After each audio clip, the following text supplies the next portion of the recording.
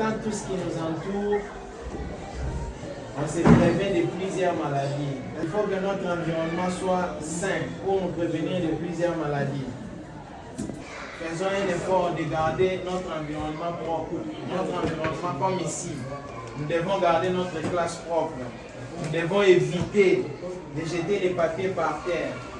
Même dans nos maisons, nous devons éviter de jeter la saleté partout. Est-ce que vous savez les conséquences de vivre sans poubelle? Par moment, il pleut dans nos maisons. Nous rentrons à l'école, peut-être il pleuvait pendant que nous étions à l'école et que nous rentrons, nous trouvons les inondations. Voilà les conséquences. Quand nous prenons les déchets, vous voyez, quand nous prenons les déchets et nous ne les jetons pas dans les poubelles, vous voyez la conséquence.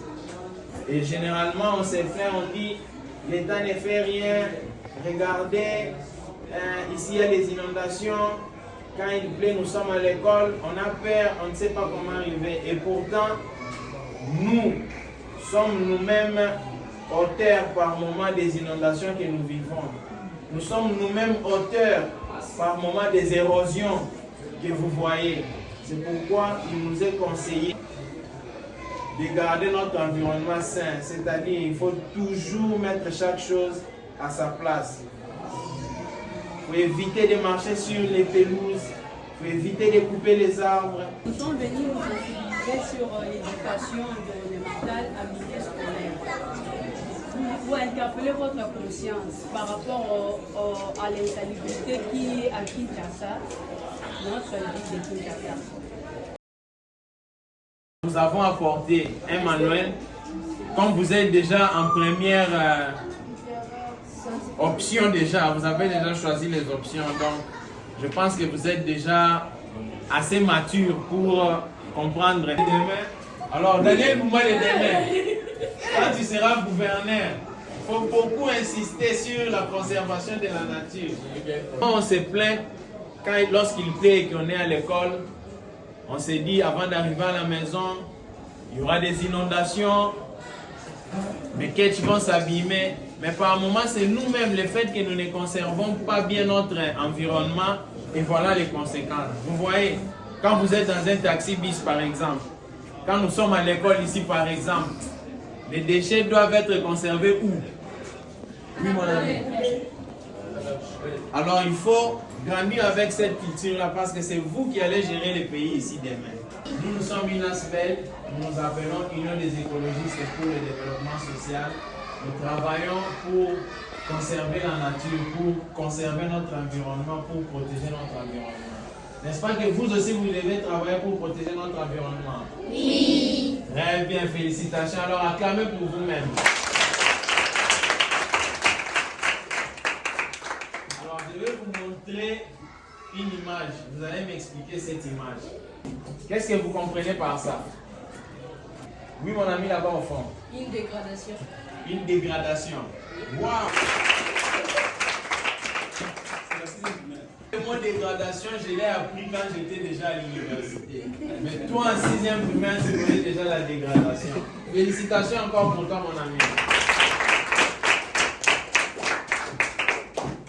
Regardez ce qui se passe lorsqu'on... Oui, mon ami, mon ami. C'est la pollution. Voilà. Oh, félicitations. Félicitations au directeur. Je vois que les enfants ici sont très intelligents. Vous connaissez le mot pollution? Pollution, c'est quoi? C'est un environnement où on jette des déchets. Voilà. Félicitations. Désormais, quand tu vois quelqu'un jeter les déchets, c'est même une infraction ce que vous avez. Oui. Quand tu pollues la terre, n'est-ce pas, tu as commis une infraction? Oui. Même à la maison, si tu vois maman prendre les déchets jetés par terre, il faut interpeller maman, n'est-ce pas? Oui. Il faut dire à maman non à l'école, mais c'est le directeur, soit monsieur ou madame avait dit, lorsque vous jetez les papiers, vous polluez notre sol. Et lorsque vous polluez notre sol, maintenant on va vivre. Vous voyez? En tout cas, merci beaucoup. Ces recueils ici, on vous l'a apporté. Continuez à lire ça. continuer à méditer ça, continuer les pratiques sur la protection de notre environnement. Parce que je vois des ministres ici. Hein. Qui sera ministre? Ah, félicitations. Quand tu seras ministre, il faut tabler sur ça, il faut tabler sur la protection de l'environnement, n'est-ce pas? Ok, on ne va pas vous prendre trop du temps. Comme ça, les syllabus ici, on vous l'a apporté. On va laisser ça à la direction et le directeur verra comment vous les distribuez. Merci beaucoup.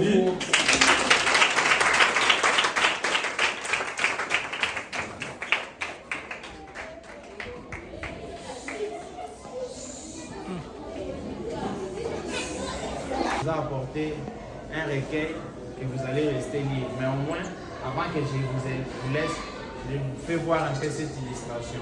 Vous comprenez ça? Je comprends que nos faits provoquent des conséquences. Et ces conséquences, c'est ce que nous vivons. Voilà. Applaudissez pour la vie. Qui connaît la première règle de la santé? Être propre. Je vous montre une image. Qui peut comprendre cette image? C'est les déchets. Hein? Les déchets, c'est bien. Non. Pourquoi c'est pas bien? Parce que oui, mon ami. Ça pollue notre vie. Les déchets, ça fait quoi? Ça pollue notre vie. C'est vrai. En tout cas, félicitations, mon ami.